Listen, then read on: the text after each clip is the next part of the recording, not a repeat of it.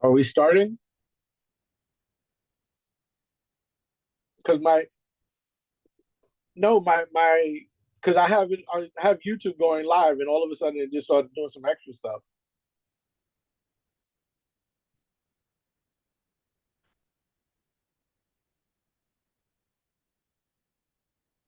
Okay.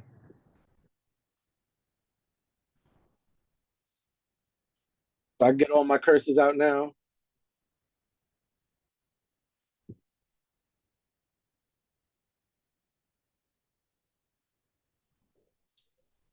Yes. Okay.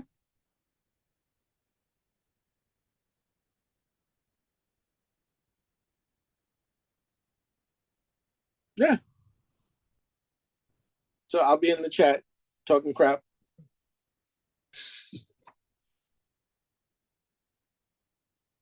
Should I mute my mic or Dylan, you got that?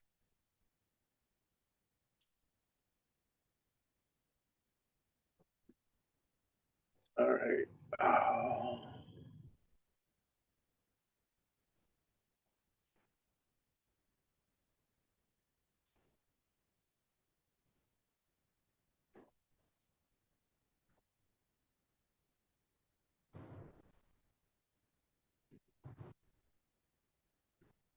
Oh man. All right.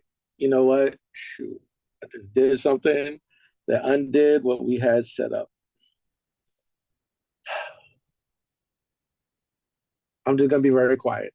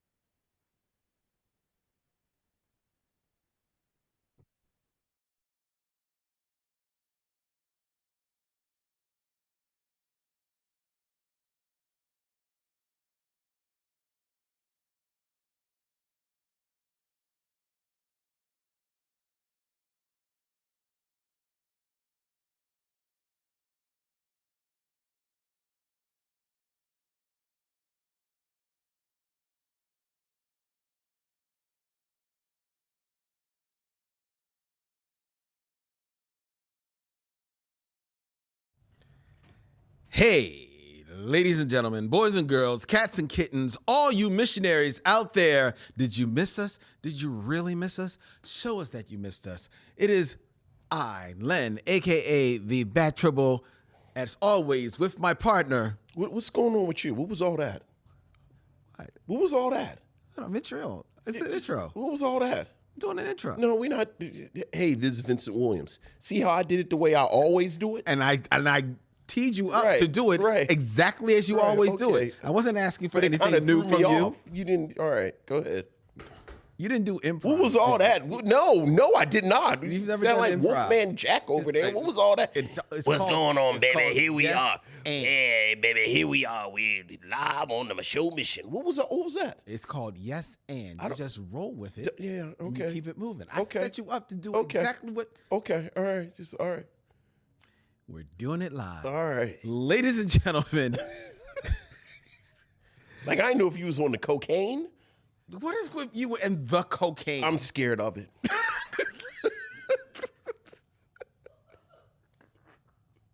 You know, I love the first season of Mork and Mindy where Pam Dauber looks like a deer caught in headlights because Robin Williams is so coked out and so crazy. She has no idea what's happening. He's bouncing off the wall. So, like, the first season of Mork and Mindy, I don't even look at him. I just watch her. She's, like, looking for the exits. Is that why on the second season they brought all those other people in?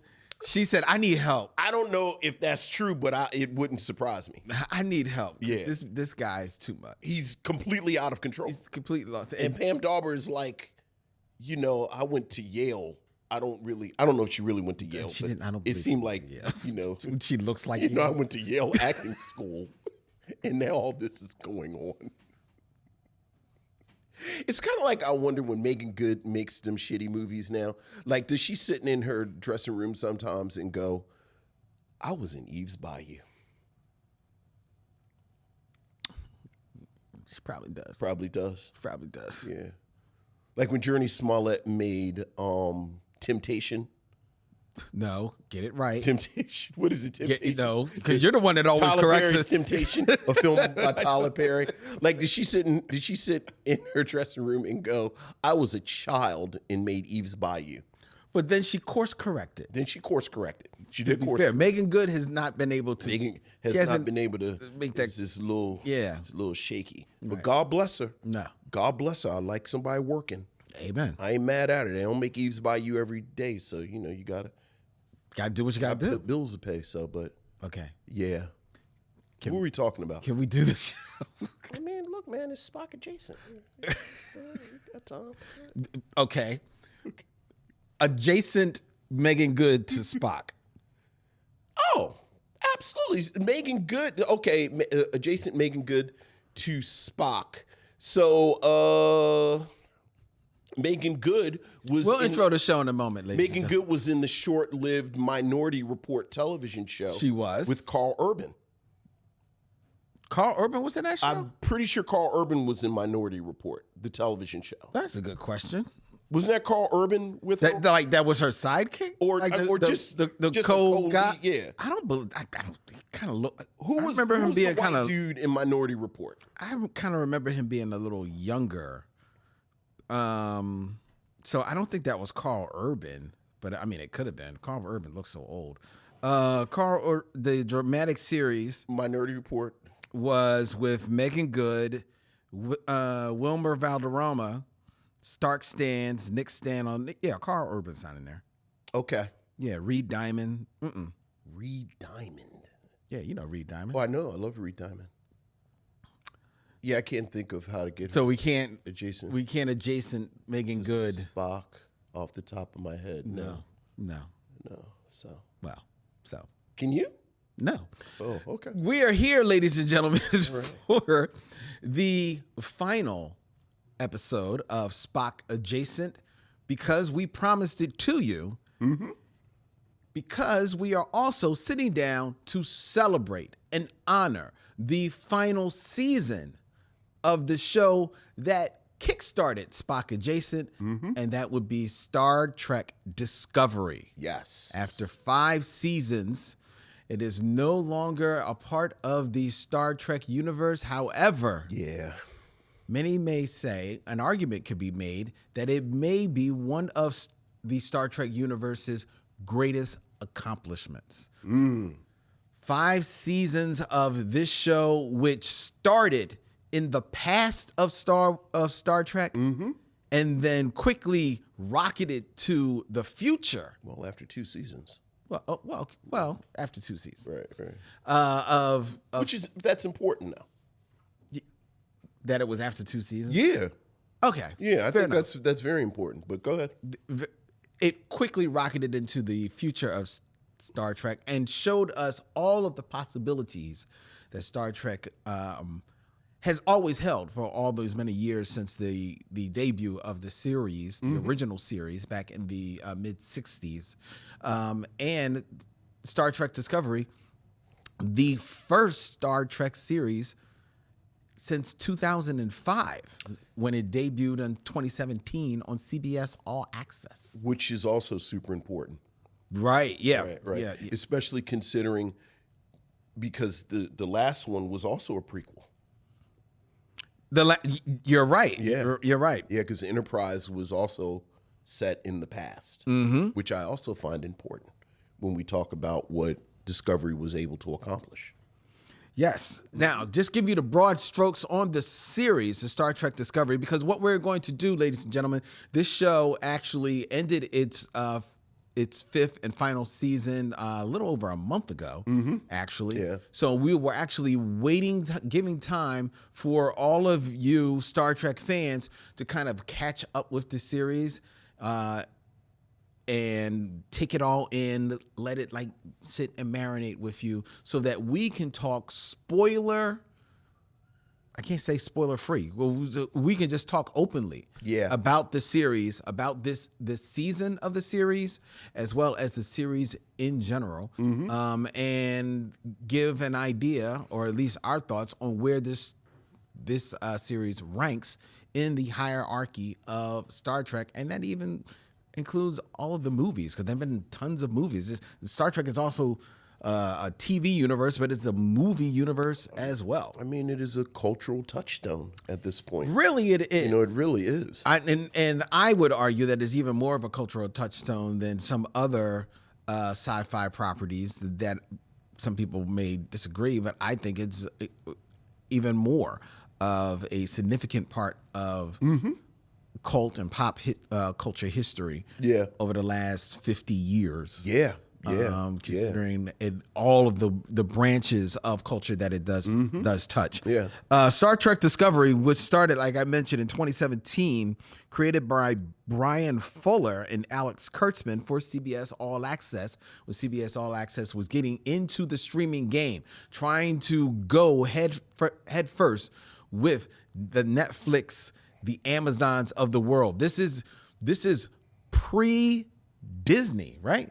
Yeah. It's pre-Disney. Yeah, oh yeah. It's this is CBS All Access would become Paramount Plus, but this is pre-Disney. This is pre-HBO Max or Max. This is pre-Peacock.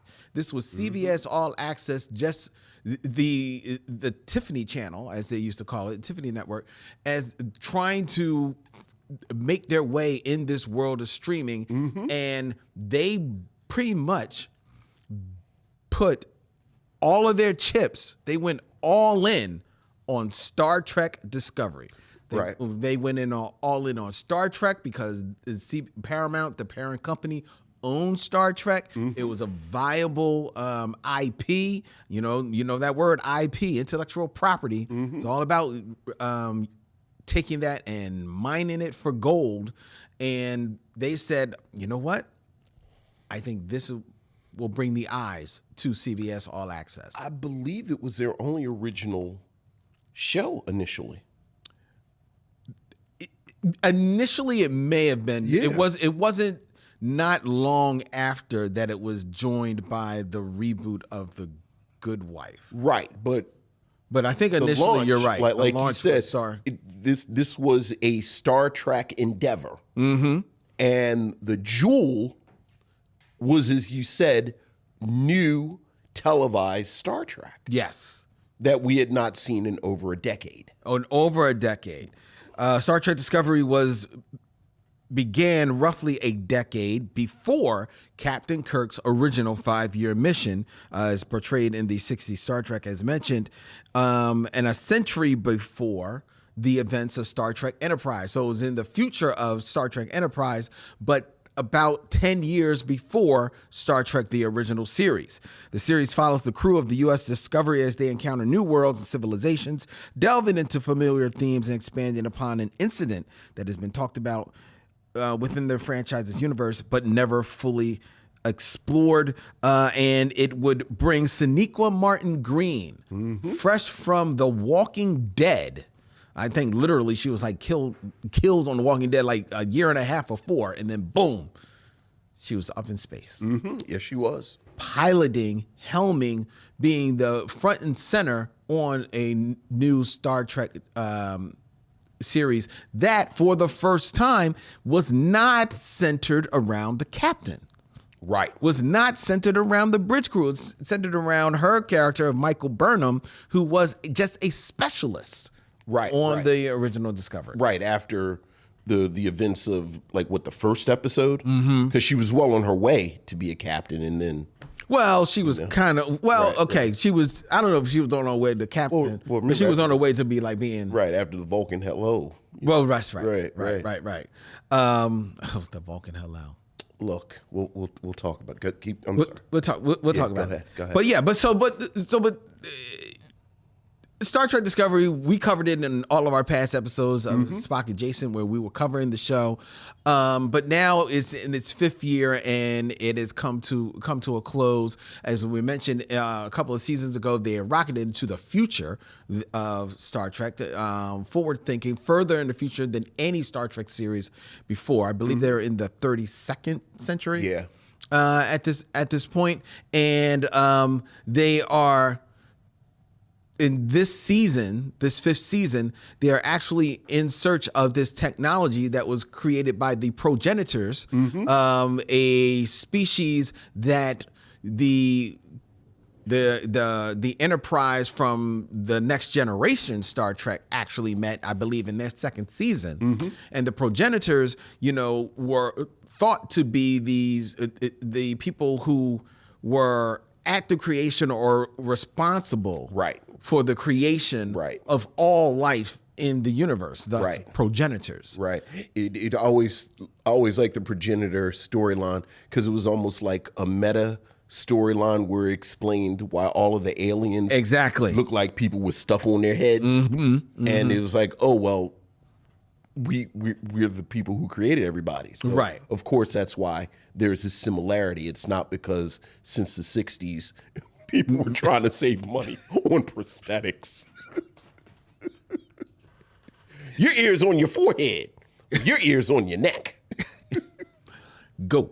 Right, exactly. No. It was more than that. Yeah, I always like that as well. Yeah, I always like that whole idea that we are all pretty much one in the same, except for you split an atom one way or the other. Right, we're all pretty much the same. So this was revisiting a story that hadn't been explored. No, since that 2nd season. And with them in search of this tech, they run afoul of a species that was introduced in, I think, Deep Space Nine, the Breen. They run afoul of them because the Breen are kind of like they catch wind of this progenitor tech, and basically the season plays out more or less almost like a treasure hunt. Yeah, almost like Indiana Jones movie across these 10 episodes as they race to discover this this technology, and of course with Michael Burnham in the lead of this of the show. What did you think of this 5th season of Star Trek Discovery, Vincent? I think episode to episode, it was very exciting. Like each episode, like you said, it really amounted to a 10-episode treasure hunt. Yeah. With a bit of Indiana Jones in the DNA. I found this season to be a lot lighter in tone than some of the seasons have been. Like I did, again, back to Indiana Jones, like we are on an adventure. We're having fun. I think for a lot of different reasons, a lot of Discovery has not had as much joy just because of the nature of the storylines. And I think right here, things had finally settled to a point. And this the fourth season has a bit of this as well. A little bit of where that, things yeah. had finally settled to a point where this is a crew of people on a spaceship. And this is an enjoyable experience watching them have actual adventures. So, you know, I did like it. I love Sonequa Martin Green as Burnham. Like I just love her character. I love the relationship between Burnham and Book. So, you know, you got a lot of that here. But yeah, I enjoyed it. Yeah. Booker played by David Ajala. Yeah. I liked it. It's interesting. I've had this conversation about a couple of series that I've enjoyed, but for just because of production, the way productions go now in television, you know, series, they have a season and then they kind of like go away for almost 2 years, some of them, sometimes even longer, before they return. And sometimes you can kind of like lose the engine, or lose the keys to following the series. So it's like, I'll catch up with it, you know? And there was a little bit of that. I was fighting a little bit of that with Star Trek Discovery because it had been going, I think, definitely 2 years. Yeah. I think maybe a little bit more, primarily because of the pandemic and COVID and stuff like that. So I was like fighting that. And the strike. That's right. And the strike. Yeah. But once I got into it, which I quickly got right back into it by the second episode. Yeah. I was there. Yeah. I was there. And you know, you shouted out Book, Cleveland Booker. And I enjoyed him in the series, even though there was a part of it because Book is not a part of the crew proper. You know, there was sometimes part of him being on there. I was like, all right, they just found something for him to do, you know, this episode. But I really enjoyed, and I was actually interested in that, with this being the final season, that they introduced a new character. But some of you may not realize is that the creators of the show went into the fifth season not knowing that it was their final season. They did not know that until after the season had basically been filmed. So they had to go in and do some reshoots to wrap some things up. Because I thought it was very interesting that they introduced a whole new character of Rayner, Commander Rayner, played by Callum Keith Rennie, for this season. I loved him. I absolutely loved him. He's a little bit edgier because he was his own captain. He ran his own ship and he ran it his way, which was 180 degrees the other way from the way Michael runs her ship. But he gets demoted and then becomes her number one, which I have to say I called right in the second episode. I saw it coming.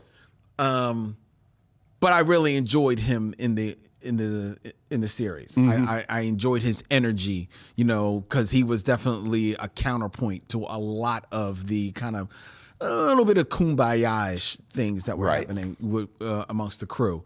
So I really enjoyed him. The treasure, the treasure, you know, the quest of it all, I got into a little bit, but more often than not, especially when a show is one where you enjoy the characters, I kind of like got into more of just kind of like the character beats. I liked, like I said, Rayner, him and Michael bouncing off one another. I love revisiting Stamets and the Doctor. I'm just drawing up on his name, but their relationship, and of course, Doug Jones, Saru. Of course. But just real quick, Dr. Colber is his name, played by Wilson Cruz, and Stamets played by Anthony Rapp. But Doug Jones as Saru, I mean, he is maybe one.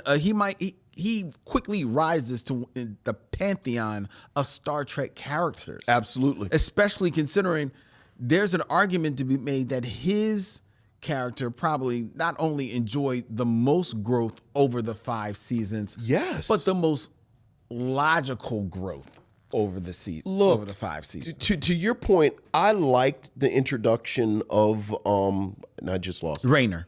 I love the introduction of Rayner, but I do have to say, regardless of whether they knew it was the last season or not, so many of the bridge crew, and I think for a lot of reasons we can talk about that are outside of the power of the creators, were just never explored. developed. Yeah. Like, I barely know the names of like 3 or 4 of the crew. And unfortunately, 2 of them the that you command knew crew, right, weren't there for most of the vanished season. for most, right. So I was like, how y'all bringing new people in? I know. It's been 5 years, and I don't even know his name. Yeah.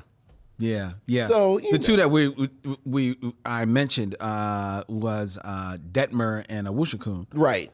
who the actors who played them, just honestly, they just couldn't clear their schedule. Yeah.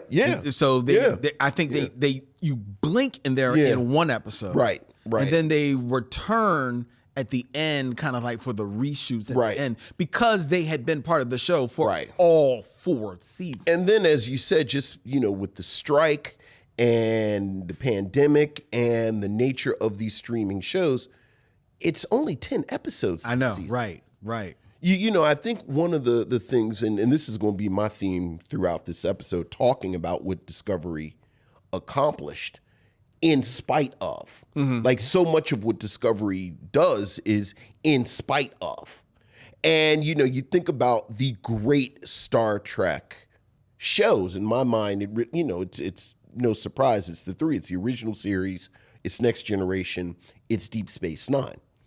But you look at those seasons, 20 episodes a 22. season. 24, some of them. 24 episodes a season. So that the character beats that you're talking about, you have the luxury to explore them in a way that Discovery has never had. And then certainly the last 2 seasons, when they finally kind of get their footing, it's 10 episodes. Yeah. It's 11 episodes. Yeah, but Discovery, they definitely fell victim to the world in which we live now as far as episode counts. Right. But the argument against that is that there are other shows, including other Star Trek shows, which we'll touch on later, that have basically the same episode count, but have been able to give enough leeway, runway for the other characters to be explored and have a little bit more depth to them. I mean, what are you talking about besides Strange New Worlds? Is that what you're talking about, Strange New Worlds? Well, Strange New Worlds, I would also say to a degree Lower Decks as well. But I think the difference. I think those are oranges and tangerines. No. But I think what more hurt Discovery is that it's in its 5th season, but it already had like 3 or 4 showrunners. Like, yes. Discovery, when Discovery first comes on, first of all, when it first comes on, the mandate is that it's set before the Next Generation, which a lot of people, some people balked at. I'm 100%. Me too. And the great thing about that we've done this show, like, so much of this is documented. Like you and I aren't Monday morning quarterbacks. We're like, I guess, quarterbacks while it's on. I don't know how football works. Anyway, at the time, I think a lot of the critiques that we have right now, at least me, at the end of the show, I've had the entire run. And I think that mandate that it has to be set before the original show hobbled it from jump. That hobbled it. Like just out the gate. Yes, but also the storytelling in that season was one big serialized story. Yes. Right? Which and I think, if I remember, that pretty much holds true for the next 2, definitely for season 2. And season 3 tries to break it up a little bit so that it's one serialized story, but it's broken off into like maybe like smaller chunks of chapters and things. Look, the first season is the mirror stuff, which it's just But it's super still plot one heavy. whole story. No, but I'm agreeing with you. Like, it's super plot heavy. Right. The second season is part of the reason that I say comparing this to Strange New Worlds is like oranges and tangerines. The whole second season, and I said it at the time, was a backdoor pilot for Strange New Worlds. Like, the whole second season, as soon as they brought Pike on board, it was like, oh, well, this is the show they want right here. And they're treating Discovery like, something we just sort of had to deal with. Right. Third season, they bounce them to the future, and then you got all of that going on with the burn and this, that, and the other, and that's when Book shows up. Right, because that was a whole. And then the fourth season, like I said, you finally kind of get, okay, this is our. This is where we're going to live. Right. As you said, I think this is reflective of all the different showrunners and this, that, and the other. But it's the showrunners. I honestly think Paramount has always treated Discovery shabbily. Yes, not always, but definitely after the first season. Because they took the chance on, the first Star Trek since 2005. But we got to hedge our bets, so we're not going to touch post Picard Star Trek mythology. Right, right. And so it's the first one. They think they still got kind of like a hit in the movie world, so they don't want to really even touch like the anything Kirkish, right? You know what I mean? So and it's going to be it's going to be serialized too. Oh, it's going to be on streaming. Star Trek is not really what doesn't really fit under the CBS brand, you know. So we'll put it out there. Right. We'll see what happens, because we think we want to get eyes on it, but if they don't, we're ready to write this off if it don't work. But it works, and it brings eyes to Star Trek, to CBS All Access, and now, to your point, they're like, oh, okay. Now let's do the Star Trek that I remember, because this is not the Star Trek that I remember, and all these eyes that are coming in, all of these people, friends, family of Next Generation and the original series. It's not that Star Trek, but it's a hit. But can we make it our Star Trek? Well, let's see what we can do. And that's when the shabby treatment starts. As soon as Anson Mount showed up, with no shade on him. No, I'm a fan of Strange New Worlds. But as soon as Anson Mount showed up with that white boy hair, looking like a Star Trek captain, I said, "Oh yeah, that's from Central Casting." I said, "Oh yeah, that's."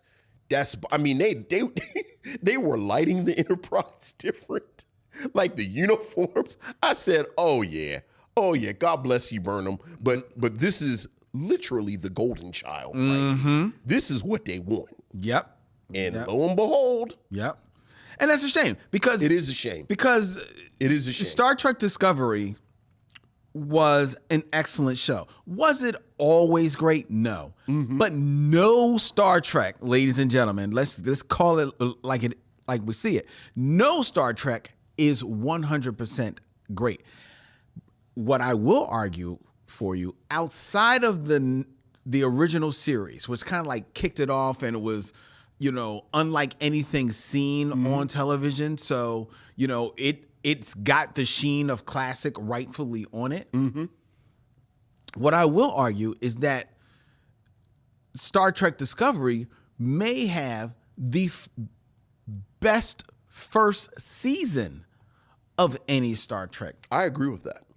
I 100% agree with that. And I think, again, and this is this is my dead horse. I think if you took Discovery and instead of making a prequel, you plant it like 50 years after Next Gen. Like Next Gen is however many years after the original. Yes, more than a few. Yeah. You got something that is one of the, because the Mirror universe is, as much as people kind of play with it, I thought that their depiction of the Mirror universe is the most interesting, sustained look at how that could work in Star Trek. Well, the Mirror universe quickly became like this plaything that every series did. But again, there was kind of a joy to it. There was a bit of tongue in cheek.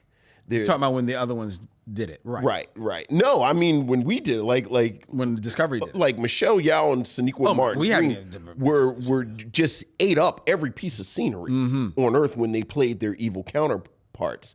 And I think even the design, where it looked like something out of Flash Gordon, like everyone seemed like they were having a bit of fun, which I think when Star Trek is at its best, there's always a bit of fun. Yes. So yes. And Michelle Yao. Yeah. That first season. Yeah. And then she returns for the second season. Then she returns for the second season. Oh, she's Yeah. French kiss. But let's get back to the fifth season. Fifth season. I was looking online at some people talking about the fifth season, about how it wraps. And what it does with some of the characters. And I'm going to go through all of the characters with you and to get your your read on all of the characters. But with how it wraps, there's this treasure quest for this technology of the progenitors, right? And Michael Burnham ultimately discovers the tech. You knew she would. Of course. She's the captain. She discovers the tech, and it is everything that she thinks it is, except the progenitors did not create this tech. Right. You learn that the progenitors actually found the tech themselves. Right. And then, learned how to use it and were waiting there, in a sense, to teach it to the next person. Right. But they realized the importance and the significance of this technology, so that's why they created more or less this treasure quest. Right. To get here. And once she finds this out, she doesn't share this technology with anyone. She basically it doesn't destroy the tech, but she destroys the pathway to the tech, more or less. And I saw that online, there were a lot of people, not a lot, but there were some people that had a problem with that because they felt that meant that the season more or less amounted to a quest for nothing. And I wonder how that lands with you. I don't think that's true at all. I think the journey is the thing. And I think they kind of articulated that very well in the last episode, where Burnham tells Stamets and says, we have enough. Yes. We haven't, we are good enough the way we are. And I would actually push back and say that is a very Gene Roddenberry type message. Like you talked about the progenitors in Next Generation, and I joked about how it was this meta thing with everybody's makeup just kind of, everybody looks alike. But that's kind of the point. That's the point. We are all one family. We are all one. We are all unified. I think at its best, there is this humanism at the heart of Star Trek. We don't need a bunch of whiz bang things. Yeah. We are enough. So I would disagree. And a lot of times you have to go on a journey to figure that out. Yes, you do. Which they did. Right. And you landed the same place I did. I landed at that exact same place. It is about the journey. And when you think about it, ladies and gentlemen, that really is what it is. How many times have we, I don't know if this happens to you, but especially as a kid, I knew that every summer my grandmother's church was going to get up all of the kids and we were going to go to Dorney Park. Okay. for one weekend of the summer, we were going to Dorney Park. Okay. And we were looking forward to Dorney Park. And then you find out that it's that Saturday. We're going to Dorney Park. It's like, oh my God, I can't wait to get to Saturday so we can go to Dorney Park. And I'm just living through Monday through Friday so I can get this Saturday so I can go down to South Philly. I can get on the bus with all my cousins and all my friends from South Philly that I didn't see all year because I lived in Germantown, and we're going to Dorney Park. And then we go to Dorney Park, and we have fun at Dorney Park. But we don't have as much fun at Dorney Park as I thought we were going to have all week long because it was about that journey. And I'm not disappointed. Right. But it's just all about that journey, wanting to get there. You know what I mean? Sure. And that's kind of like how I felt about this. And I also looked at it like it's interesting that you said this is a very Gene Roddenberry type of ending, which is great. You know, Gene Roddenberry, the creator of Star Trek. I had another creator in mind when at that ending, and that was Rod Serling. And it seemed like a very Rod Serling, Twilight Zone-ish type of ending, and I appreciated the hell out of that. Look, we talked about this. I think the last time we talked about it was probably when we did the very black movie Conquest of the Planet of the Apes. But you know, I love that whole generation of science fiction creator that came out of World War II. Mm-hmm.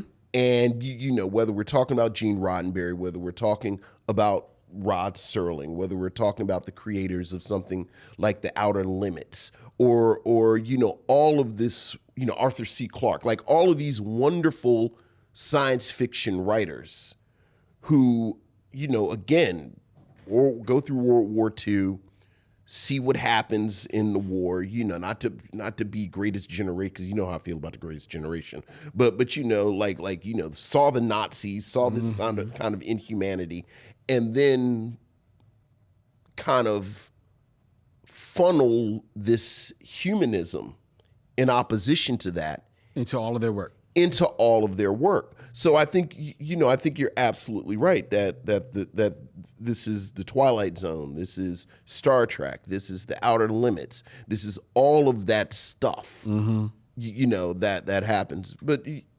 this is Star Trek at its best.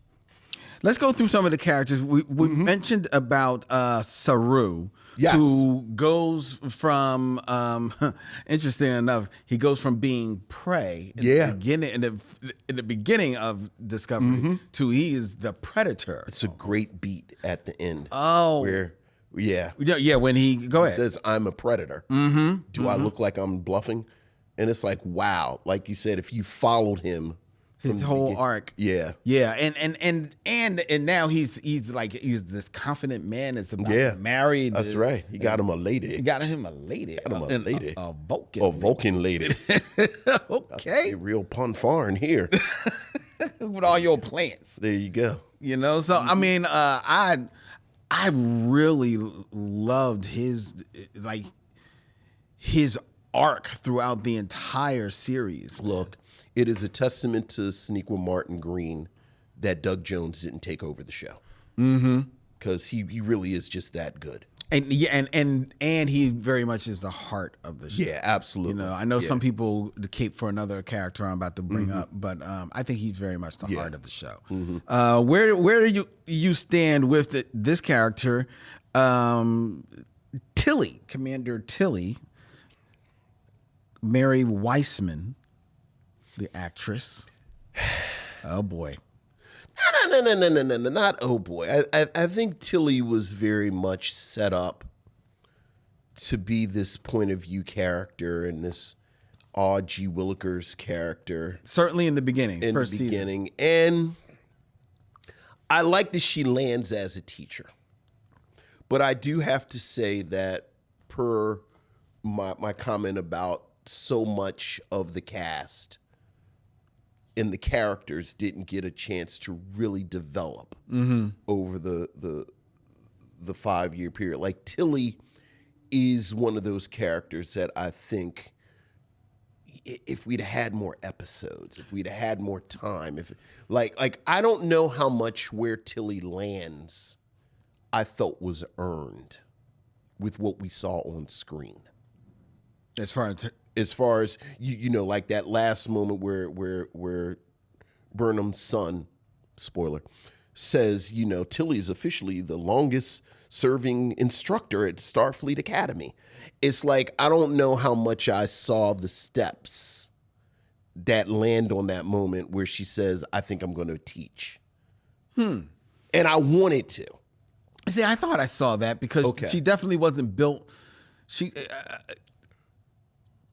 was built for exploration. She was built for examination of things. I don't think she was built to be on a starship, you know, because I never got the sense that because with a starship, yeah, there's time for that exploration and, you know, and reflection and things of that nature. But you've got to be ready to, on a dime, flip that switch. Right. And I don't think she ever found that switch. And I think that was well played throughout the show. She never does find the switch, which is why she then says, I know there's a place for me in Starfleet. Right. It's not here on a ship. I agree with that.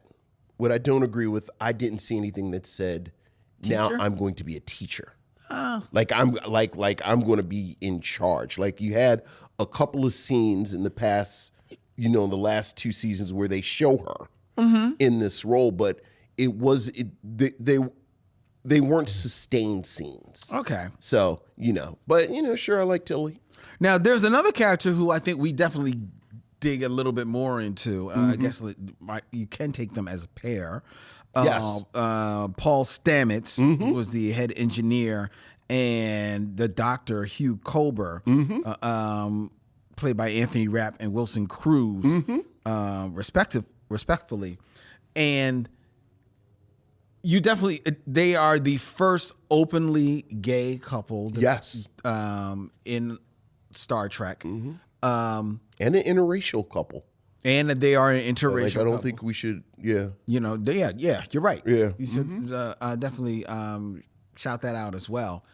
And I think,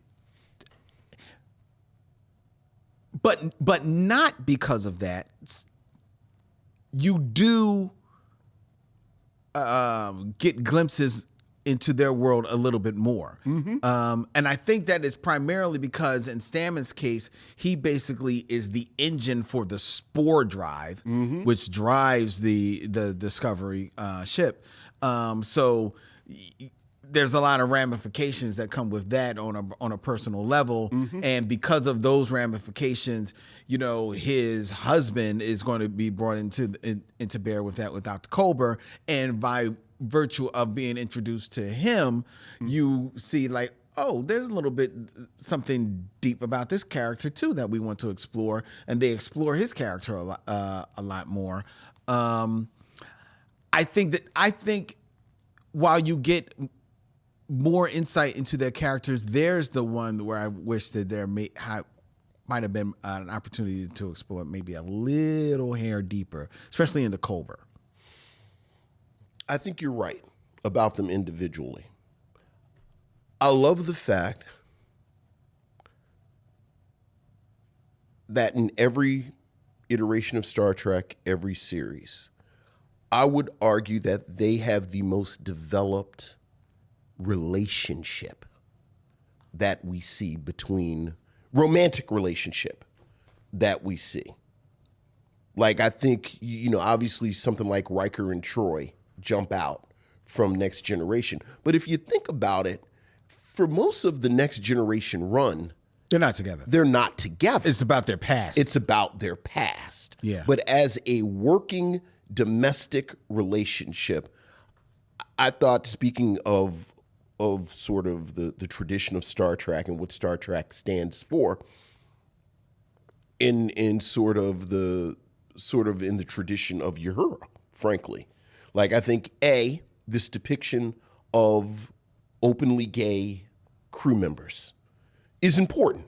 Very much so. Like, this is important. I think representation is still important, especially representation of demographics that don't see themselves and don't see themselves in certain ways. Like I think the fact that they were a loving couple. Yes, very much. They were an affectionate couple. Yes. They argued. Yes, they were real. They got on each other's nerves. They were playful. And kind of to contradict myself about, these seasons didn't have enough episodes and this, that, and the other. I think the show gave them room. It did give them room. From the first season that you saw them as a couple. And, I don't know how much there was development of them individually that I can say, oh, well, this person, he had an arc from here to here. But I admired their characters. Me too. I liked them as characters. Me too, most definitely. So there's there too. Shout out real quick. Speaking about engineering, And I love Anthony Rapp. Oh yeah, yeah. Just as an actor, yeah. I got to get it. It's talking about engineering. Definitely was more of just a recurring role. But I got a soft spot for Tig Notaro. Come on, man. As Reno. Come on. I just love Tig. She takes me out. She's another one. Every time she's on the screen, it's like, well, hell. Where's the show about her? I know. She, especially when the one episode where she's basically telling like all of her past jobs. I'm like, oh my God, she's crazy. There's a moment in, I forget what episode it is in the last season, but no, in the fourth season, where she's taken prisoner and she's asking. Like, she's got this recurring thing where she's asking for black licorice. Yes. Because her blood sugar is low. Yes, I remember. Lynn, I could have watched a half hour of Tig Notaro asking for black licorice and just sort of riffing about her blood sugar, and she's sort of leaning and doing her little, oh, man, she's the best. She's absolutely the best. What do you think about the first openly non-binary actor in the first non-binary role in Star Trek, Blue Del Barrio, who played Adira? What'd you think?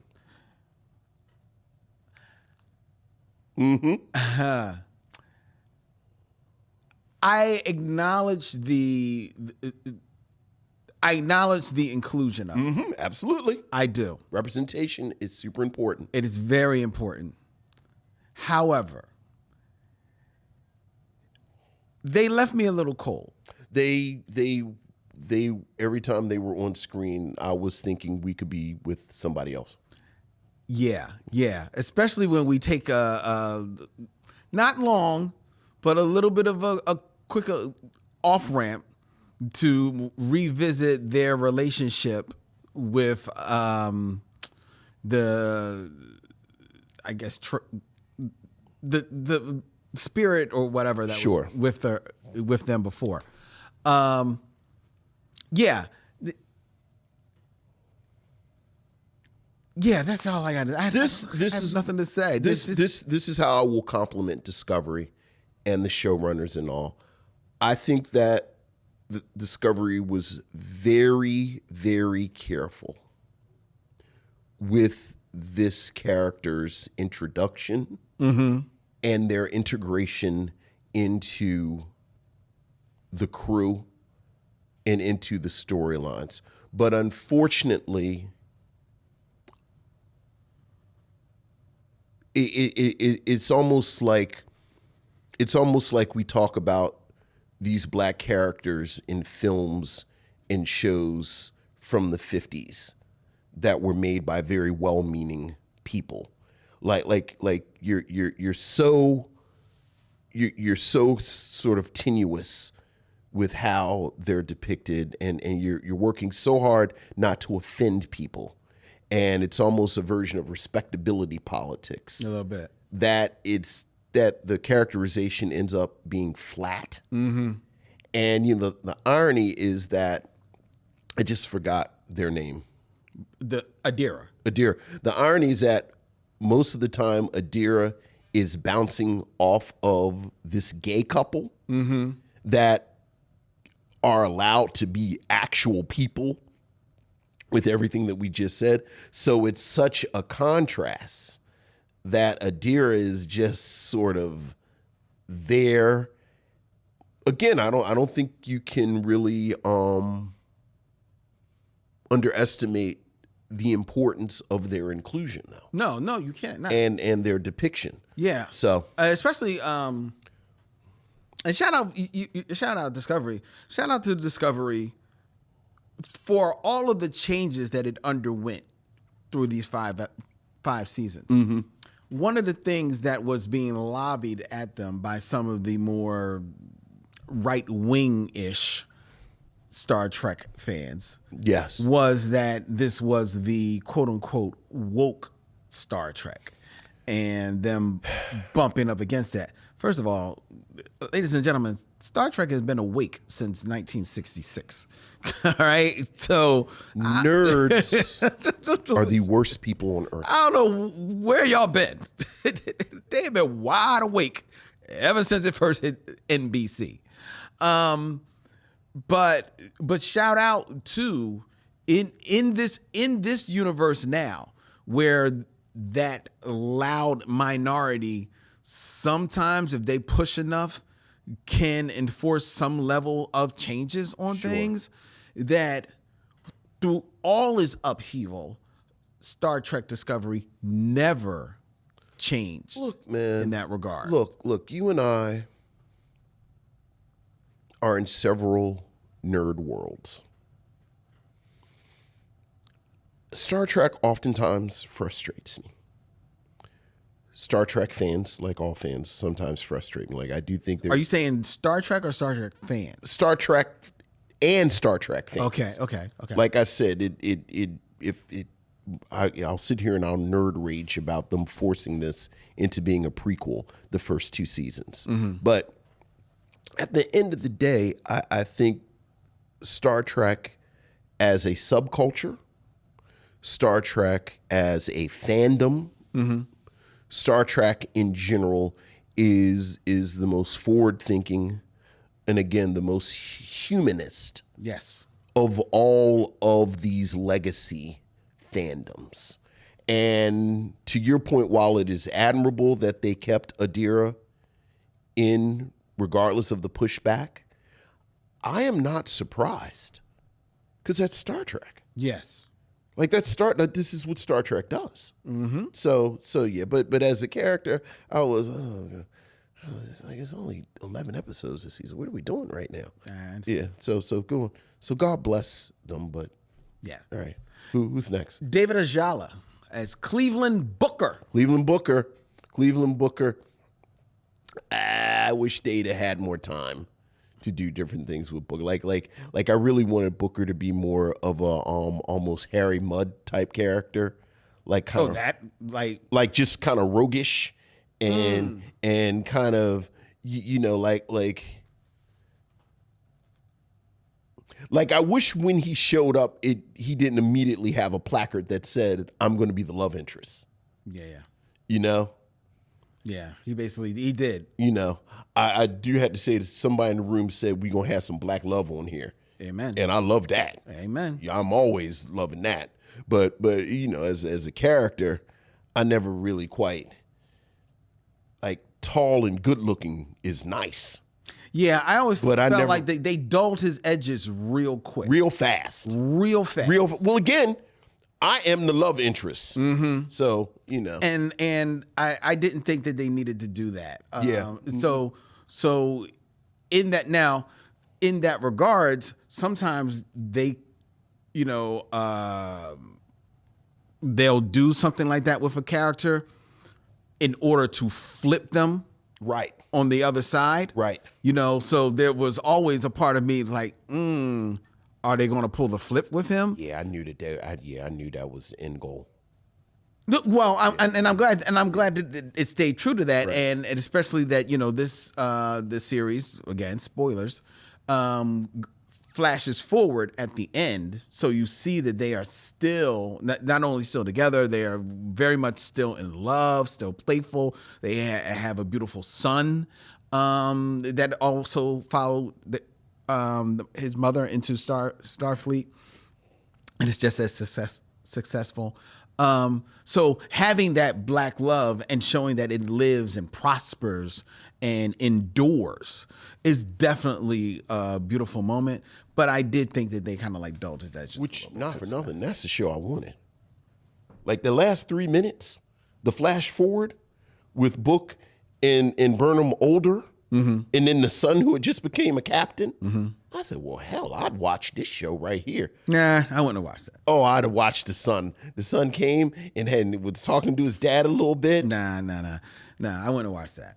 You don't want to see the family adventures? No. Because one, they wouldn't be family adventures, and two, if they were family adventures, they would have had to put some tension in there, and I don't want the tension. That's a very good point. I don't want the tension. I take it back. Let's leave him right there. Just leave them right there. Just leave him right there. Exactly. Leave him alone. Yeah. Don't nobody mess with them. Yeah, because you know why? Because if you put tension in then you've got Riker and Troy in that last season of Picard. Yeah, you're right. And you don't want that. No. You are right about that. You do not want that. So we end with the other character for this season, Sneeko Martin Green. Yeah. Or Burnham. Yeah. What do you think about her arc over this? Because I will say this. The actress, the actor, Sneeko Martin Green, fan of. I loved her on The Walking Dead. She always looked like somebody that I had seen before. Sure. But when I was doing her research, she had actually only been acting like maybe 4 or 5 years when she gets on The Walking Dead. But I enjoyed her on The Walking Dead. I applauded them casting her to be the lead in this series, and I enjoyed following her with this series. The character Michael Burnham, I like them starting off as a specialist, finding her way. She's you want to talk about edging? She's got edges like ching sticking out from all over the place in the beginning. They kind of dull those edges, not right away, but they start, dulling that down. And there were moments throughout this series, and I think I've brought them up a couple of times, where it almost seemed like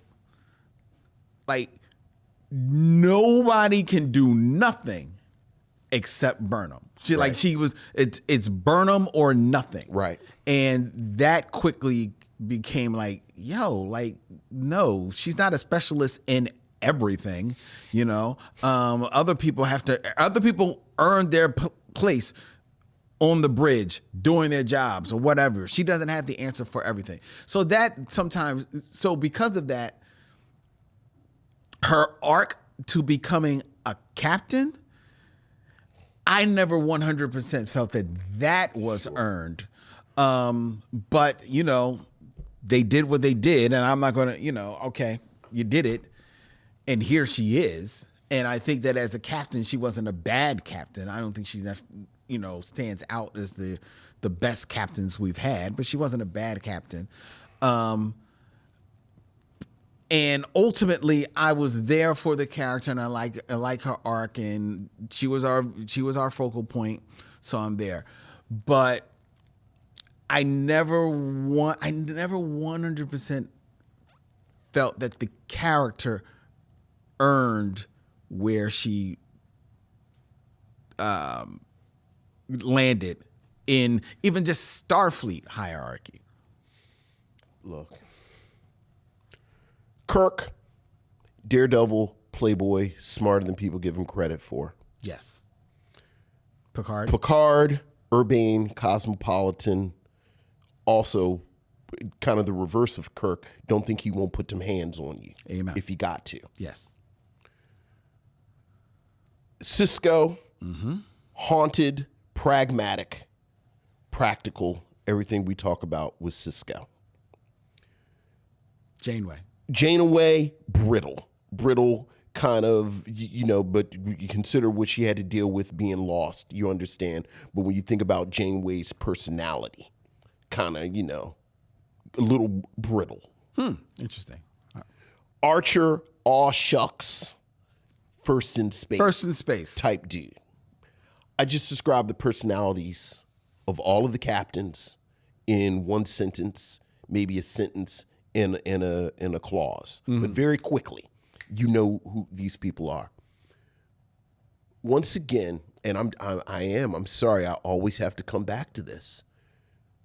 Discovery being a prequel for the first 2 years, and we haven't actually said this out loud, her being the shoehorned in secret sister to Spock, which then when they try to reset it, it's almost like I felt like the creators were going to come on and talk directly to the camera and say, we will never mention this again.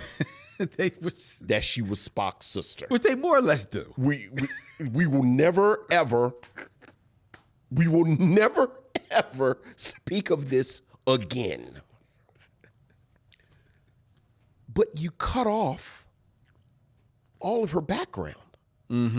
You like there's never a moment where we can talk about her at the academy. There's never a moment we can talk about her as a kid, as a teenager. Like all of the development that you get over the seasons with the other captains, you don't get it with Burnham.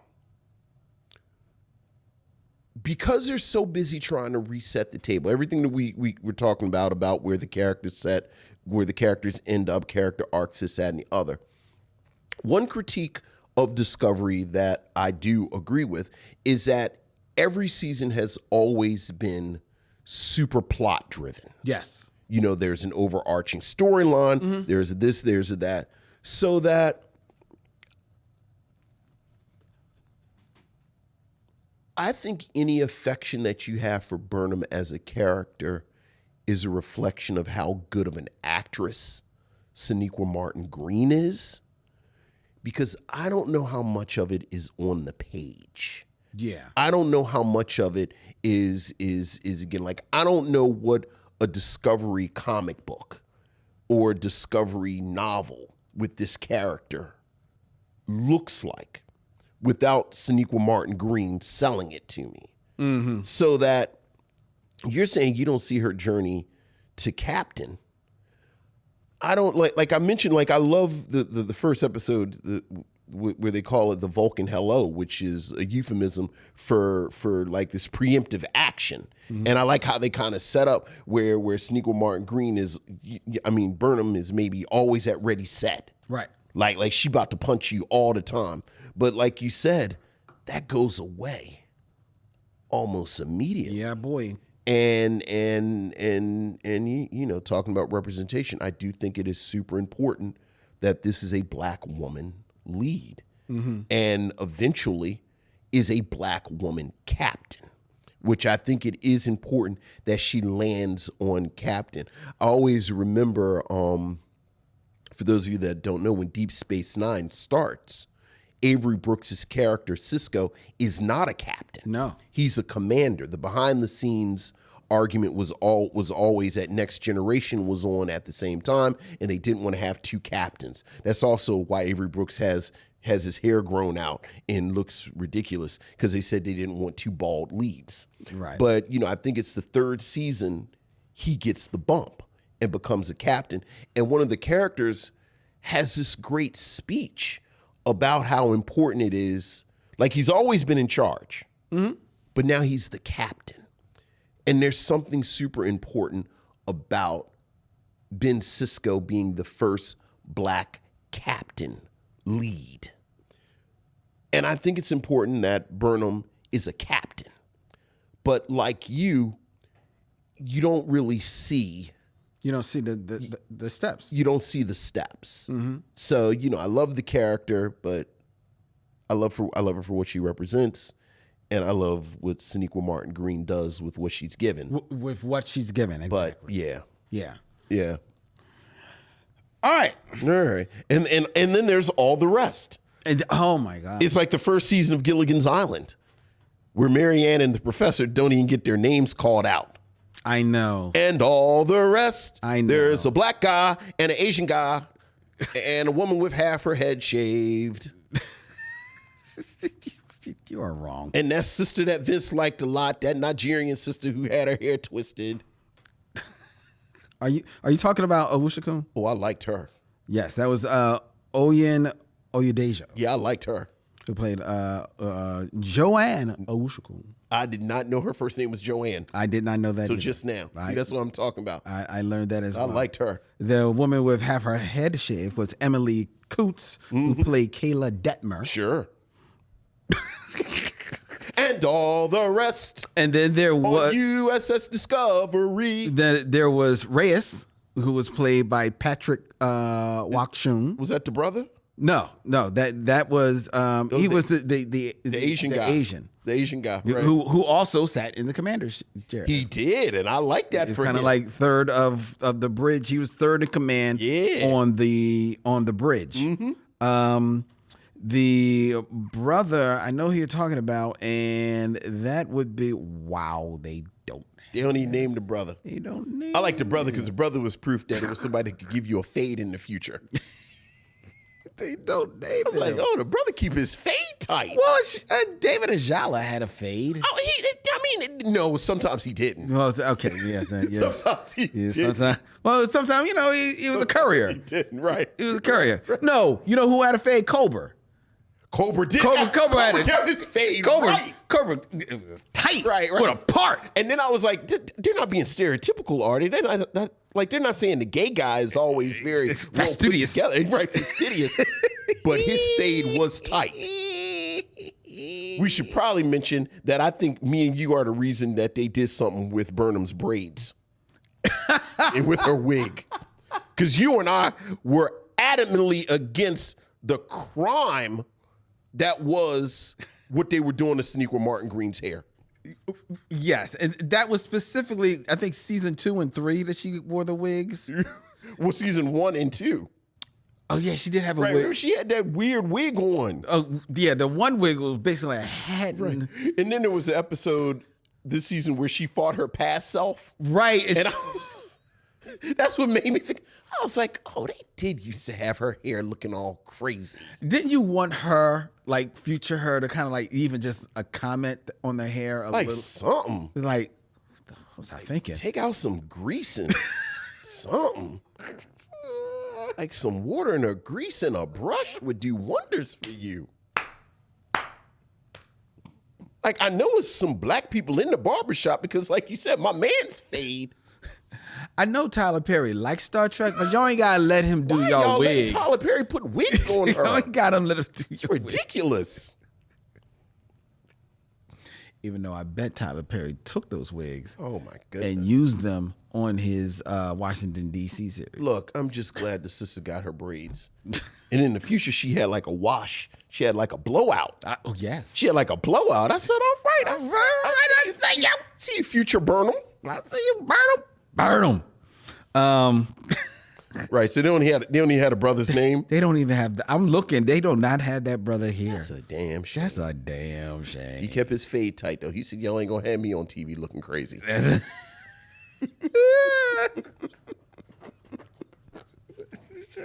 I'm not seeing his name. If I want to put him in the chat, y'all can, ladies and gentlemen. Hey, I don't want time to get away from us. We have some fun planned for you, ladies and gentlemen. As if you have been watching Spock Adjacent all of the years that we have been doing Spock Adjacent, or even just the Micheaux mission, you will know that we have more than a few Star Trek fans in our legion of missionaries, and there is no bigger Star Trek fan in missionary standing than one George Carmona. My water in it. Is What? that water? Yes, that's your water. Sorry, go ahead. And This is important information though. it is. Okay. It is. Because I don't like you that much. George, knowing that this was going to be the final episode of Spock Adjacent, has come up with a Star Trek quiz for Vincent and I to finally determine which of us is the true Trekker of A Trekker showdown. a Trekker showdown. Can we play the music in the background? Dun, dun, dun, dun, dun, We will dun, edit it dun, in dun, for dun. the All right. episode. All Okay? right. Well, a mock time is that name of the music that you were talking about. So let's bring on George Kimona. Trying to intimidate me? I knew that. I knew that was the name of the episode. I knew that. Because he was going through Ponfar. He was going through All Ponfar. right. You know, me trying to. It's not a question. You know what season it was? That would have been the second season. Yes, that's right. Yes. All right. All right. All right. So we're going to bring in George Kimona, ladies and gentlemen, in just a moment for you. Orville Cummings is. I'm looking at Lisa Alexander in the chat, who plays Bryce. Yes. On the bridge crew. Nice. They're actually two brothers. Right. Bryce and Christopher. I don't know. Bryce. Right. I remember because it was a new brother towards the end. Towards the end. That's Yeah. right. That's right. That's right. Also kept his fade tight. Well, hey. You know. Hey, the computer was Zora. Yeah. Zora, she knew her way with a fade. Right. You know, Little on the nose, but I appreciated the computer's name. Zora. Yeah. I like that. I like that. I don't think I see. I like You say on the nose because of who you are. Because of you're the right. average Star Trek You're right. fan, You're right. They ain't catching it. You're and we right. ain't even going to tell them. You're right. That's a good point. But I did like that. No, I did that. like that. I love that. And I love them kind of like, and I saw a lot of comments about this, how the series ends, but the final scene where Burnham returns to Discovery is basically a setup for a Star Trek short. Yeah. That was done in the future. Yeah. Oh yeah. Featuring the Discovery. So, so I actually like that. Yeah. Right, Dylan, now, were you having trouble getting George? No, he's waiting for us. Oh, well, all right, we're ready. We're ready, George. If you want to come on camera. Okay, I'm here. If you guys can hear me. Oh, we hear you. There's Okay, George. we're just gonna. I thought we were gonna have you on camera, but we don't have you on camera, George. But George has come up with a Star Trek quiz, and now this is not on Discovery, ladies and gentlemen. This is on all of Star Trek, and we're actually going to have this set up so that you can watch this as we are streaming live here on YouTube. We didn't even mention that. I need the pin too. He hasn't started. Okay, all right. Started the game. Once he hits start, then we're going to get the pin. Got you. All right. Stop jumping ahead. I'm just saying. Okay, so you can hit start, George, so that we can get the pin number, and then we're going to set it up so that you can watch and play along at home, ladies and gentlemen. Yes, we're ready to. All right, here we go. To join. Oh, here. All right. So can they see the pin as well? So you can see the pin if you go to Kahoot.it, ladies and gentlemen. Go to Kahoot, KAHOOT.it at home, and put in this pin. I'm gonna go there myself now. All right. And then we can get started. All right, hold on a second. I was busy doing that. All right, so I'm going to put in the pin number. My avatar is Albert Einstein if he was a dog. Is that what your avatar is? Let's see whether or not Let's it see what gets you me get. the same avatar. I will be Len. Well, there's Lisa. She's a penguin, and what are you, a puppy? That's not a puppy. It's like a raccoon. A raccoon. A raccoon. It's Indiana raccoon. Indiana raccoon. That's what it looks like with There that you go. hat. All right. Indiana raccoon. We've got Lisa. Lisa's playing. All Lisa's playing. We're going to give a couple of more moments. If anyone else wants to play, right. Robert Monroe Jr., I believe, is a huge Star Trek fan. Sure. Join interested in. He Join played. in. And now I'll let you know this is going to be a Star Trek quiz, but it's multiple choice, but it's timed. It's also timed. So you can get the answer correct, but you want to get the answer as fast as possible. Yeah. Oh yeah. All right. It's like the SATs. You got a 1 in 4 chance of getting it right. Yeah. Yeah, so, and it's only four choices. So one. Let's wait a couple more. Dylan, do you want to play? Do you want to play the game? Are you a Star Trek? I will lose. You will lose. All right, so no Dylan. Dylan said he would lose at his name, so Dylan is not going to play. Okay. Okay, so if we're waiting, so just real quick, Megan Good, you can get to Megan Good in Star Trek through her in Shazam: Fury of the Gods. She's there in that with Helen Mirren, who's in Hobbs and Shaw with Idris Elba, who's in Star Trek. He sure was in Star Trek. Yeah, he's in Star Trek Beyond. Yeah. Right? Yes. Well, there you go. Very well. Okay, so There you go. She is Spock adjacent. She is Spock adjacent. There you go. There you go. And yet she can't find an off ramp to Can't get. find it. Yeah. Can't just make it No. work. All right. Can't make it work. All right, so we're, All right, let's go. let's go. Let's All go. right, So it's we going to got- be Robert's not playing. All right. Robert is not logged in. All right. We've All right. given a bit of time. No one is All right. saying that they're going to be logging in. So Jeez. it's going to be you, Vincent, myself, and Lisa Alexander. Yeah, Lisa in there. All right. What we got? All right, here we go. Here we go. Oh, not at home. So now are we starting with the sample question? Or is this we're in? It's a sample question so that there's no points. The greatest Starfleet captain is Oh, this is. I mean, Benjamin Sisko, Robert April, Michael Burnham, Twyla Scott. So again, it was all. This is a subjective question. Anybody? I was about to any say, because I answers, right? picked Cisco. Yeah, I would too. Though the argument for Burnham is, she did save the universe a couple of times. first of all, Cisco was a good captain. I wouldn't say he was the greatest Star Trek captain. And I certainly wouldn't put, and Burnham I like, but I wouldn't put her as the greatest Star Trek captain. I would say the greatest Star Trek captain is not listed there as Janeway. How is Janeway the greatest Star?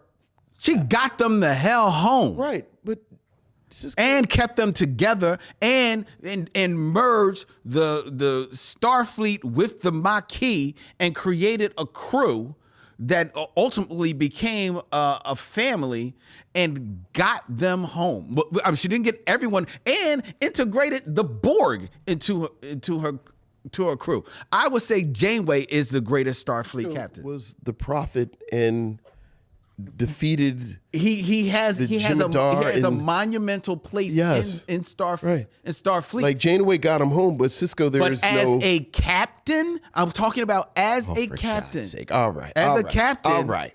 It's Janeway. It's Play- not Cisco. Let's play the game. It's not Cisco. Let's play the game. It's not Cisco.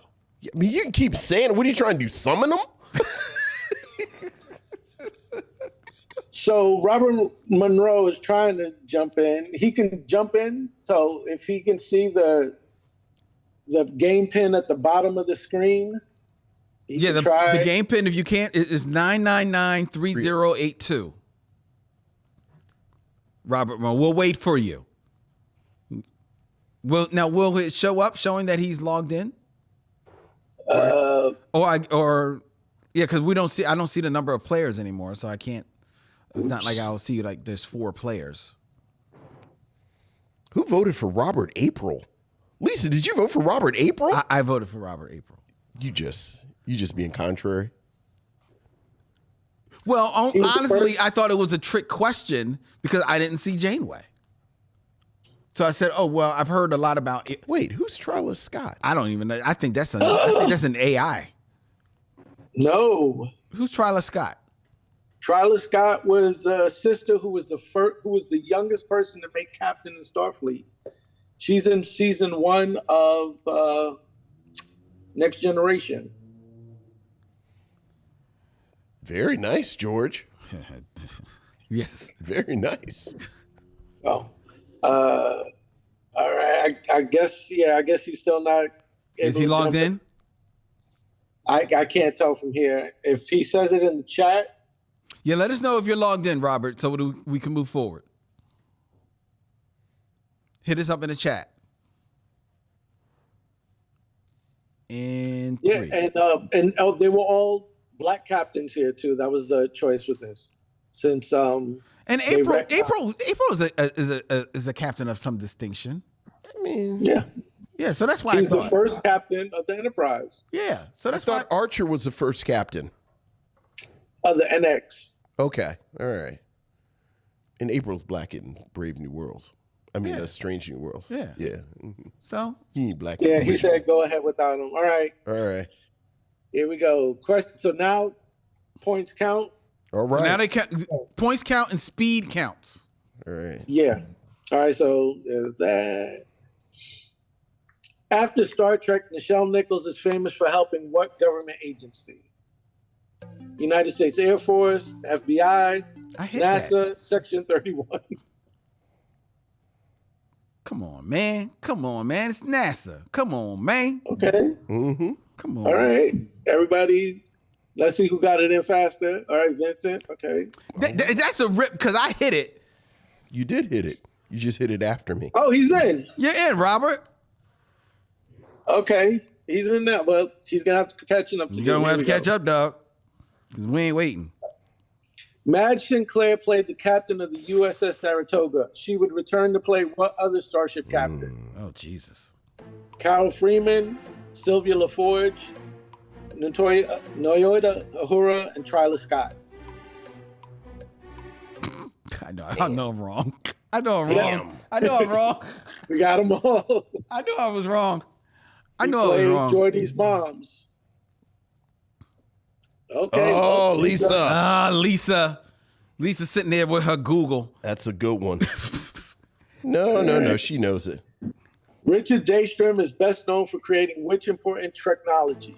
The Duotronic computer, phasers, transporters, warp drive. Damn.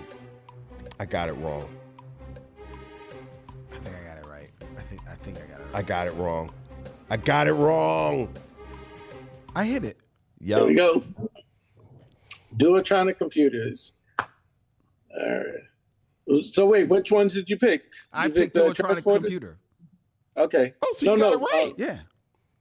I thought it was transporters. That was the other brother. Yeah. All right. Oh, my See, goodness. Okay. All Lisa's right. still in there. Vince.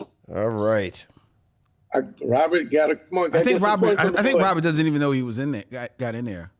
Which of these Star Trek actors has not been in a blaxploitation movie? Bernie Casey, Avery Brooks, Nichelle Nichols, William Marshall. This is easy. Has not been in. Okay, yes. Avery Brooks got his start A little bit later. after. Yeah. A All right, little Lisa's still bit holding it later. down. Yeah. All right, I Robert's gotta on the catch up with I Lisa. know. I gotta catch up with Lisa.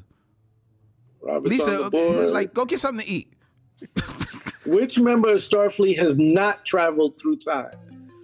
Beckett Mariner, Joya Uhura, Carol Freeman, Benjamin Sisko, who has not traveled through time.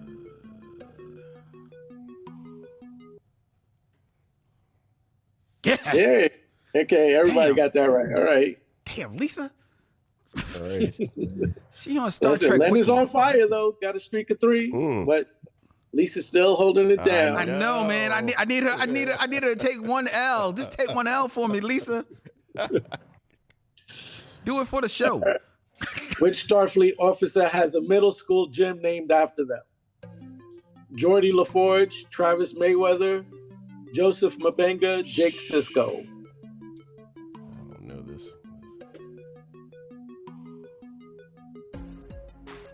This is actual canon. This was a line in one of the shows.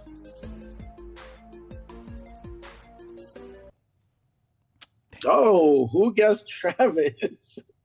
I did. Okay, there you go. Look. Oh, there's Vince. Yeah. Moving up. How that jumped you ahead of me already in one question? Hey. It's the points. Yeah, in Strange New Worlds, they mentioned that I remember that. he had a school. Because it was really random. Oh, they were fanboying on it. Yeah. That's Okay. yeah, that's the bull. Go ahead. All right. What Trek event is scheduled to happen this year? The Europa mission, First Contact, the Bell Riots, Broken Boat Incident. It's actually a little scary. Yes, it is. Very, It's actually a especially little after scary. yesterday. Yeah. Especially after yesterday. Yeah. Yeah, it's coming up this year, people. Yeah. So we've already outlawed homelessness. I was So about next to up, say, yeah, it's actually a little scary. those sanctuary cities Yeah, are you're going to be wrong. popping up. Oh, yeah, the Bell Riots. Yeah. Yeah. That's when Ben went back through time. Uh-huh. All right, which real-world politician played the president of Earth in the fourth season episode Coming Home? Now, we got Mae Jemison, Kamala Harris, Stacey Abrams, or Cory Booker. Who played the president? There we go. Everybody watched that episode. Ah. Let's see who got it in faster, though. Okay, Lisa. Oh, Lisa's just pulling away. He's killing us. You got 2 questions left. All right. I don't even think it's Lisa playing. It's a bot. Burnham becomes captain of Discovery in which season? 3, 2, 4, or 5? Okay, everybody saw that in season, huh? All right. Let's see, any movement on the board? Okay, Lisa's still holding it down. Yeah. Oh, yeah. All right, this is it. Lisa's You gotta killing it. hope. You gotta hope she. She's got a streak of 6. Yeah, chances Lisa's in a killing row. it. All right. Last one. Michael Burnham graduated from what prestigious school? The Daystrom Institute, Xavier Institute for Higher Learning, Vulcan Science Academy, or Starfleet Academy? The picture kind of gives it away. Nah, I always have Burnham in some weird wig. Because this goes to the her wig. Because before she's on the Shenzhou, she had a little bob cut going on. But then So she she went would to go prison. and get a perm and then get it cut Yeah. in the Vulcan bob. Yeah, and then she went to prison, and it's like she didn't have access to any hair care and had the messed up hair. Right. So they made her wear a Tyler Perry wig. Yeah. So all right. So here we go. Let's see. I wonder who won. I'll say everybody got that. Yeah. Well, we know who won. Yeah. Len came in third. Vince in second place. I will take a gentleman's silver. Yeah. Well And done, came Lisa. in- Well done, Lisa. Well done. Yeah. Very good. Well done. Oh my goodness. Oh man. I think the important thing though is that I beat you. Yes, I know. Yeah. I know. I beat you. Yeah. That's all because of that one question Yeah. jacked you. Yeah. Because I actually got more questions Yeah. correct. Yeah. No, you didn't. I did. No, you didn't. I did. Oh, If you keep saying it, that doesn't necessarily. I did. You didn't. I did. You got one wrong and I got one wrong. And then we got the rest right. And then I was faster than you on the one of them. well. Anyway. Yes. Thank you, George. That was Thank you, fun. George. Thank you, Lisa. That was a good time. Yeah. That was a good time. Yeah, good questions. Good questions. Yeah. So it looks like Lisa's writing a book on Trek. So Yeah. Oh, look. Oh, well, there you go. Look, so she had all her notes in front of her. Had her notes in front of her. Proper planning and preparation prevent poor performance. all right. Well, gents, thank you for having me. If anybody wants to hear any of my rants on Star Trek, I do a lot of writing for them on comicsbeat.com. We do our roundtables and various different things on Trek I've written there.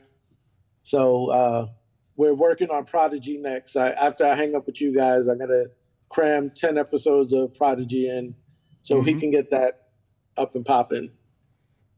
Well, you go and do that work, man. And Yeah. thank you. Thank you. This was Appreciate a lot you, of fun, George. man.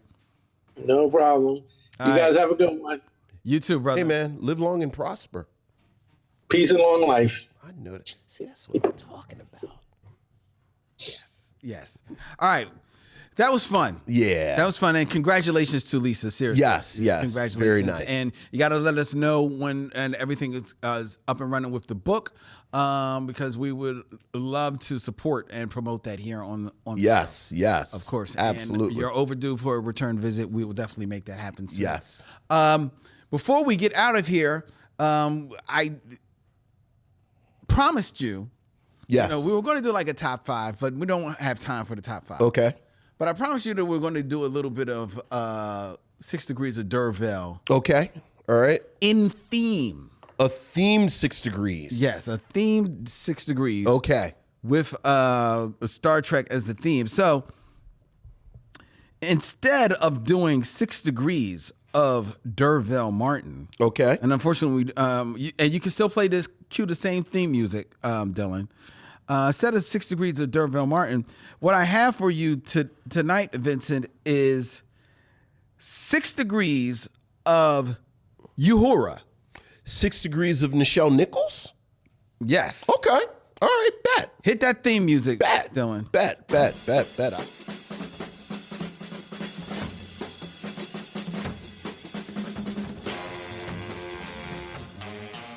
All right, 6 Degrees of Uhura, ladies and gentlemen, where Vincent has 6 films or less Okay. films Films. to connect Nichelle Nichols, Nichelle Nichols. Uhura, Uhura. famously of Star Trek on TV and in films. And in films. That's right. Each of the Star Trek films. Connect her to 2 actors of my choosing. Okay. 2 actors who, in the time that we have been gone from the airwaves, we have sadly lost. Yes. Starting with number 1, in 6 films or less, Vincent, connect Nichelle Nichols to comic actor Martin Mull. Martin Mull, who was famous, to be fair, for a lot of TV. Sure, he was sure. on, got Sure. to start on Mary Hartman and Sure. With Tonight. He would then do guest roles on 1,000 different shows. Taxi, The New Adventures of Wonder Woman, where he played the Pied Piper. I remember that episode, actually. He actually was also on... he had a recurring role on Roseanne, the TV series Roseanne. He also appeared in the Larry Sanders Show, Lois and Clark, The New Adventures of Superman. More recently, he appeared in Arrested Development, as well as in Veep from HBO, and did a voice on Bob's Burger. Sure.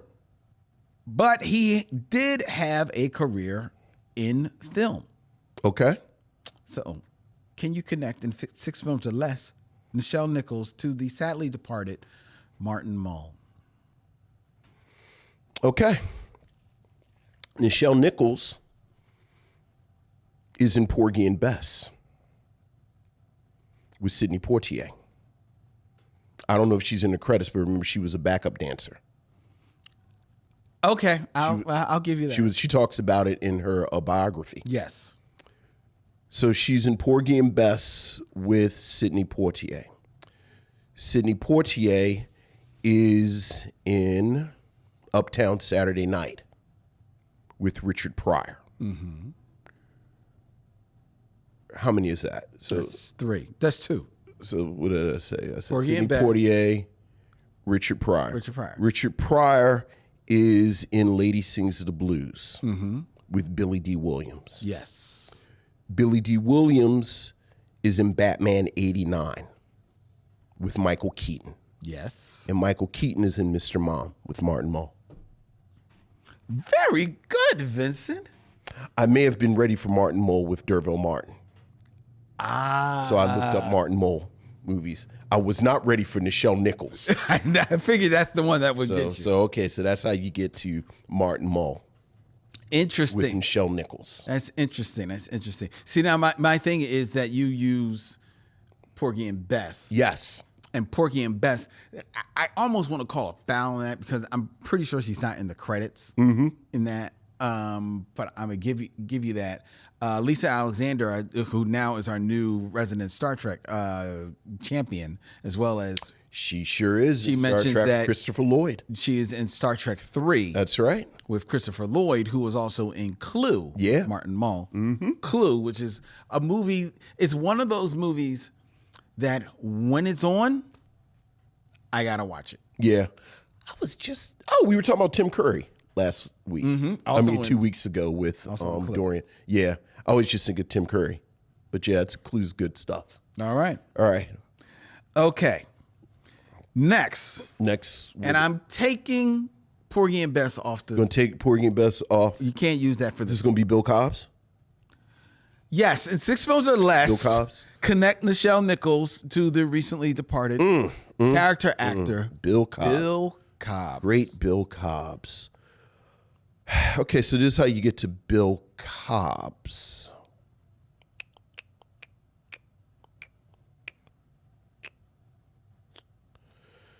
So Nichelle Nichols is in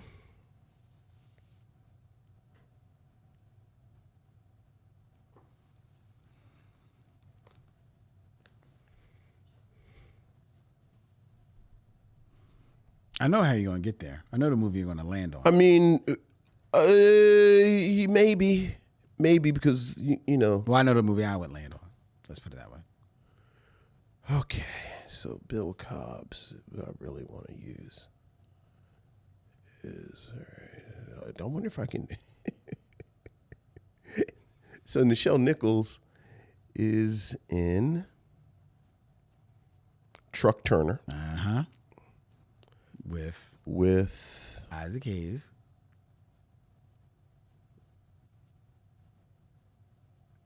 We're trying to get to Bill Cobbs with Isaac Hayes. No. With Yaphet Kotto. Okay. Yaphet Kotto. I mean, hell, I'm just going back end. Yaphet Kotto is in The Monkey Hustle with Rudy Ray Moore. Rudy Ray Moore is in Dolomite with Dervell Martin, who is in Five on the Black Hand Side with Dick Anthony Williams. Okay. Dick Anthony Williams is in Mo Better Blues with Denzel Washington, who is in The Bodyguard with Bill Cobbs. Oh, see, I didn't think you were going to land on The Bodyguard. Wait, I'm wrong. I ran out. Because he's in whatchamacallit with Whitney Houston, and Whitney Houston's in The Bodyguard. So I got to get to Bill Cobbs. Okay. So Bill Cobbs, how do I get to Bill Cobbs? Nichelle Nichols is in how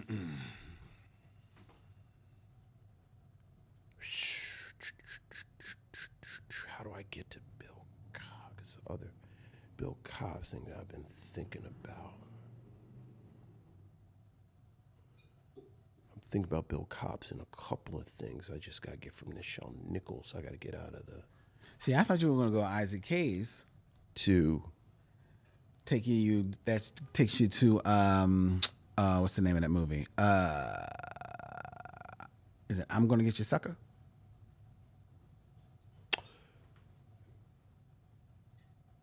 Yes, and I don't know if that's actually very good. Nichelle Nichols is in Truck Turner with Isaac Hayes. Isaac Hayes is in I'm Gonna Get You Sucker with, and I need you to help me with the actor's name. Who's the actor who plays what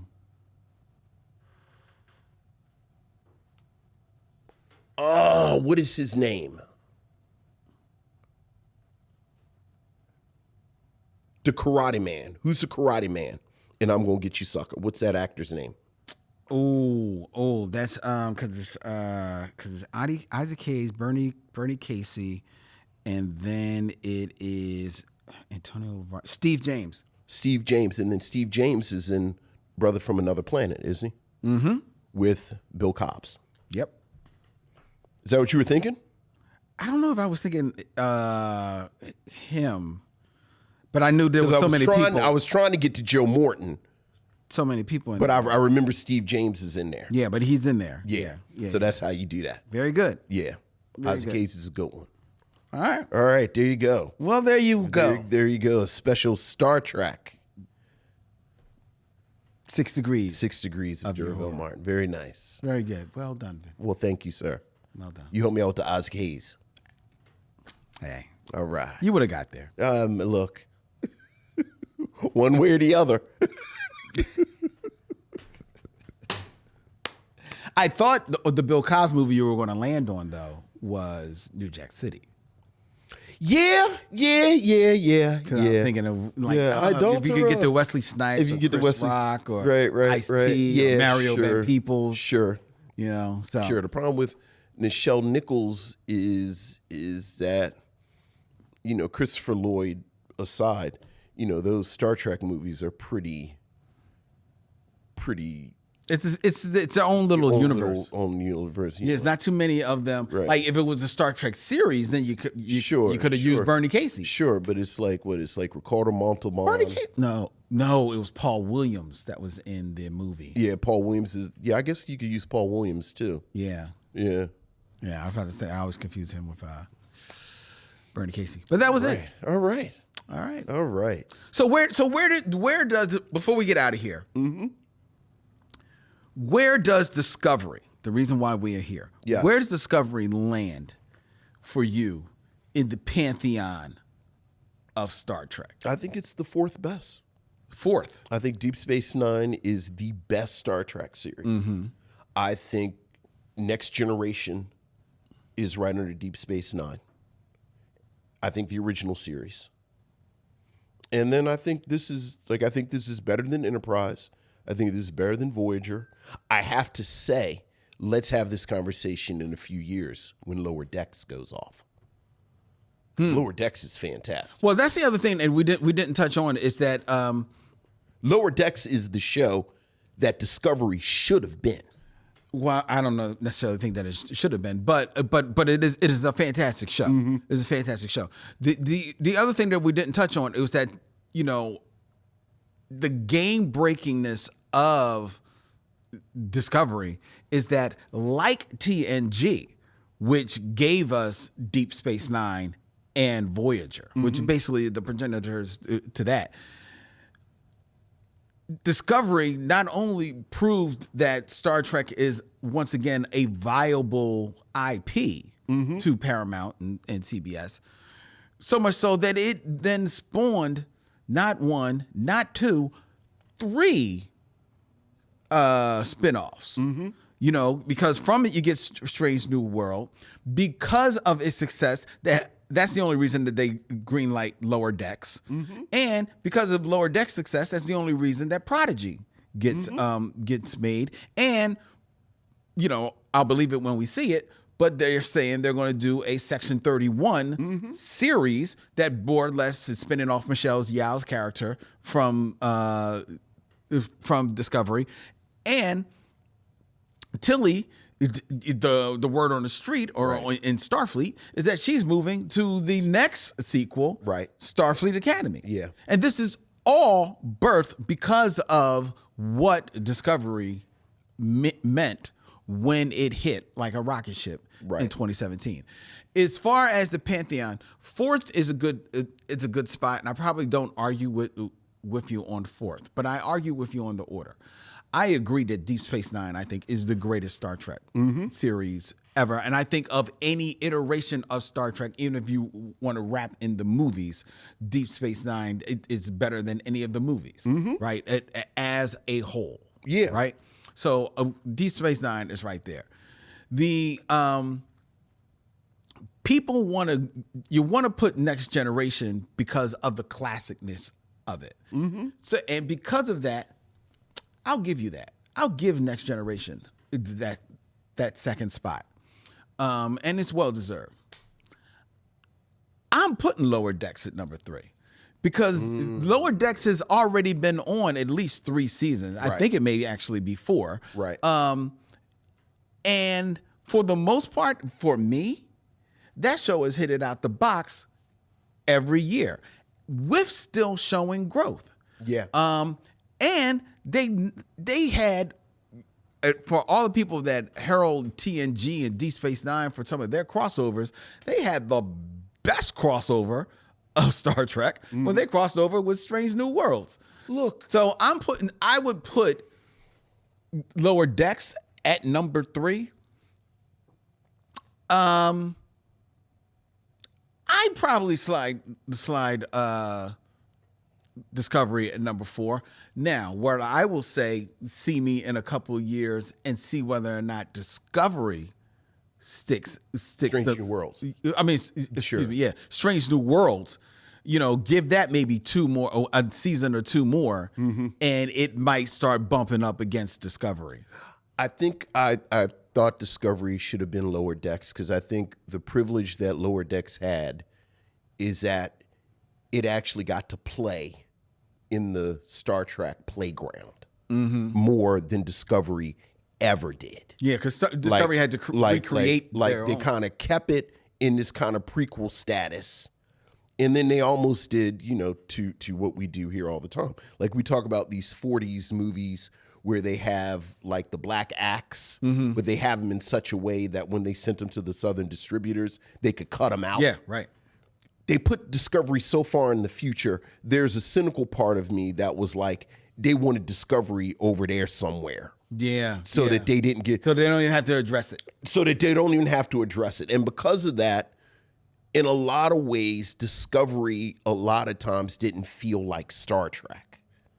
Like, it just felt like a space show. And at this point, as a legacy franchise, people that watch Star Trek want to see Star Trek stuff. Like, I want to see Klingons, I want to see Vulcans, I want to see Bajorans, I want to see the Jem'Hadar, I want to see the Borg. Like, I want to see Star Trek stuff. And so much of what happened with Discovery, they weren't allowed to play with that.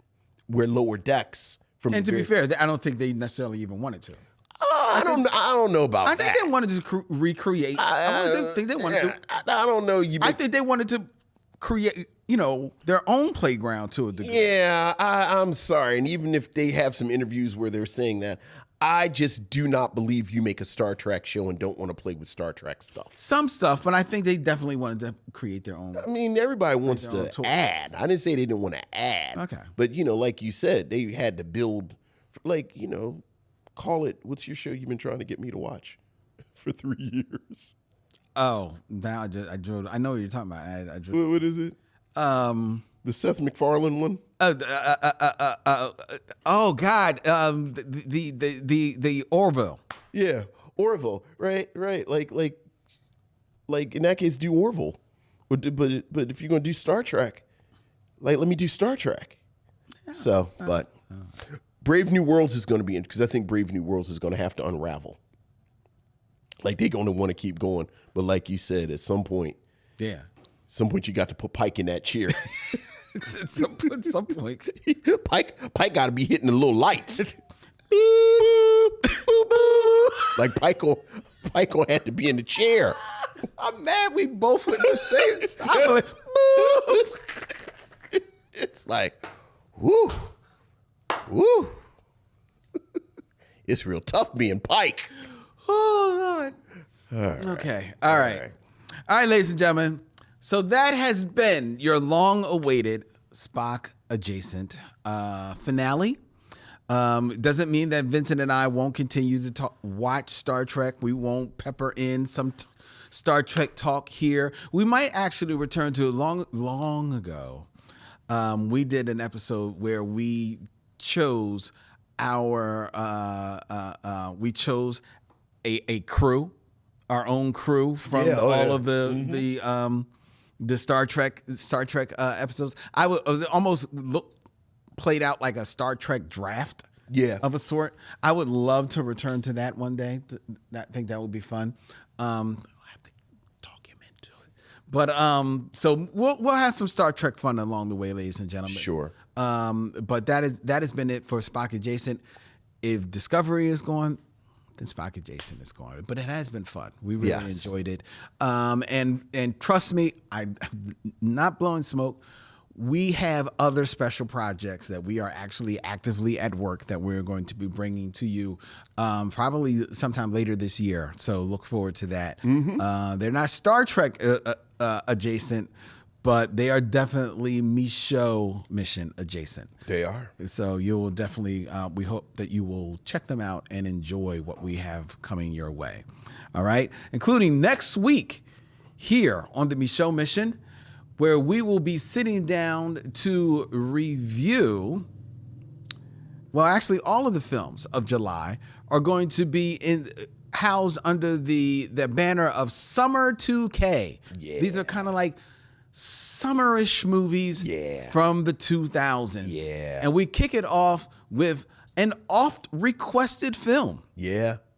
By many of you. Vincent has threatened to bring this movie to the mission, but no, it was I. It was Len. It was I. Should be in, and you've never seen it? I've never seen this movie. So looking forward to this at all. I'm so looking. I am looking forward to seeing this movie as well.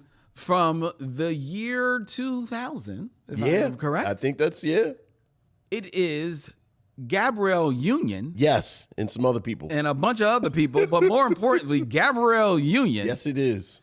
In Bring It On. Bring It On. Next week. A black film we'll be talking about on our Black Film podcast. Let's see if that holds. Let's see.